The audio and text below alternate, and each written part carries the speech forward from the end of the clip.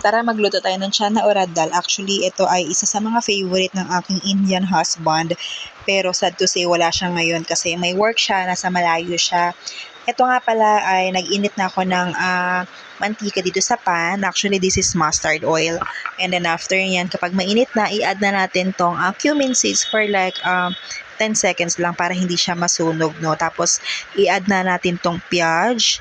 And then, kapag naluto na to ng konti, i-add na natin itong mirchi and then yung lasam. Tapos, isutay lang natin siya ng konti and then pagkatapos nun, i-add na natin ang ating tomato.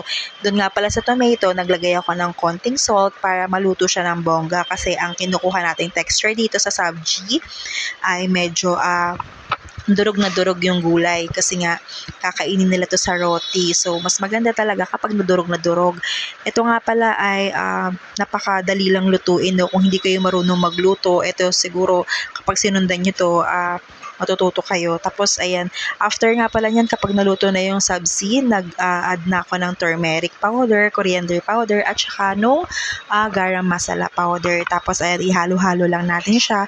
And then, pagka maya-maya naman, i-add na natin itong dal na chana or dal. Actually, itong chana or dal ay winizel na namin to ng 2 to 3 whistle, no? Kasi medyo matigas ito, kaya mahirap siyang maluto. After naman ito, kapag inilagyan na natin yung dal, durugin natin siya kasi ang kinukuha nating texture dito is malapot dahil nga ipapartner nila sa roti. Ang pangit naman kung malabnaw, di ba? So, ayan, madali lang tong lutuin mga ning, kayang-kayang ito for sure. Tapos, ayan, ilagay na natin siya and then, after nyan, kapag nadurog na, the rest na dal, ilagay na natin lahat.